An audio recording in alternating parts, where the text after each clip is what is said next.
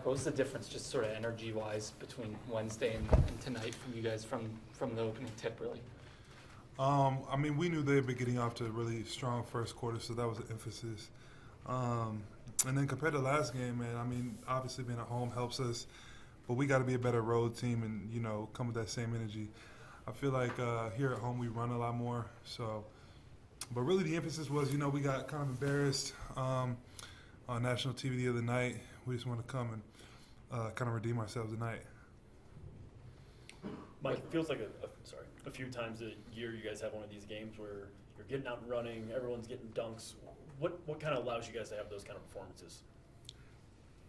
I think, you know, after a tough loss the other night, well, we really didn't like our energy. We just came in the night and everybody was like, okay, I'm going to get my rest, I'm going to get my sleep, I'm going to come in with high energy. So that was pretty much it. When Jokic has a pass like the over-the-head one, do you guys sort of start to take those for granted at a certain point just because he can do things like that so commonly, or do you almost like bookmark ones like, oh, this is one of the best ones I've seen in a while? No, we know he can do it. I mean, it's always amazing to see him do it, but just like guys that can routinely make really tough shots or things like that, we've grown accustomed to knowing that Nikola pretty much has eyes in the back of his head, so we know he can see the floor at all times.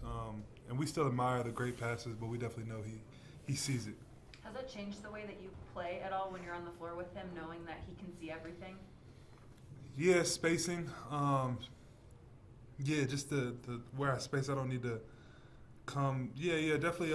The spacing just differs when you have a guy that can pass like that. The way you're spacing the floor, I would say, and finding the gaps, and just knowing he sees you in certain places. Are you more motivated, I guess, to move without the ball? Or you had a couple tonight where you cut in and he found you underneath the basket. You had a dunk out of it. But are you, like, I guess, more active? Yeah, I mean, we got a lot of guys that can make those passes. Aaron can make those. Obviously, Joker can. Even DJ. I mean, a part of our offense is based on cutting, so that's typical. But yeah, when Nikola has it and you see kind of one or two guys come to him, you see a lane, you know he'll find you. He'll make the right play. You're on pace for your most double-doubles in a season in your career. How much of like the explosive putback dunk you had tonight that was sick? How much of that is your back feeling better and at the point where you're at in your health? I think I haven't had a game where I had 10 rebounds for a while, but it's something I'm capable of doing every night if I put my mind to it. So that needs to be an emphasis for me. Crashing the glass. Yeah, I mean, part of it is God has allowed me to stay healthy, and my back has been feeling much better than last year. Like I said, last year was kind of rehabbing while I was playing, you know, and this year I haven't had to rehab at all. So it's been good, and I just got to let that be an emphasis in my game every night. Hey, Michael, can you take us through that put-back dunk that you had? Your eyes kind of light up when you know if you get the timing right, you're going to be able to do that. Can you just take us through it?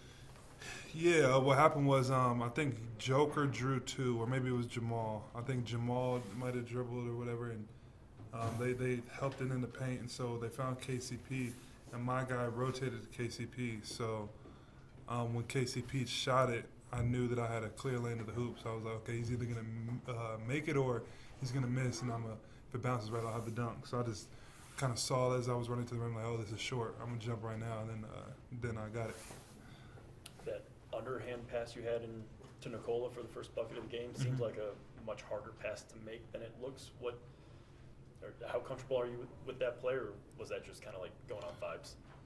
No, I mean, it was just I saw him. He was ahead of his defender, and that was the easiest pass. If I took it in two hands and tried to throw it overhand, it wouldn't have gotten there on time. So I just, flipped it with one hand. It wasn't that hard of a pass. Anything else? Have you made that type of pass before, ever? I mean, probably. I don't know, like, when, but probably so before. I probably have before. I don't know about full court like that, but it wasn't that hard. So it wasn't hard, but you've never done it before. Right. Okay.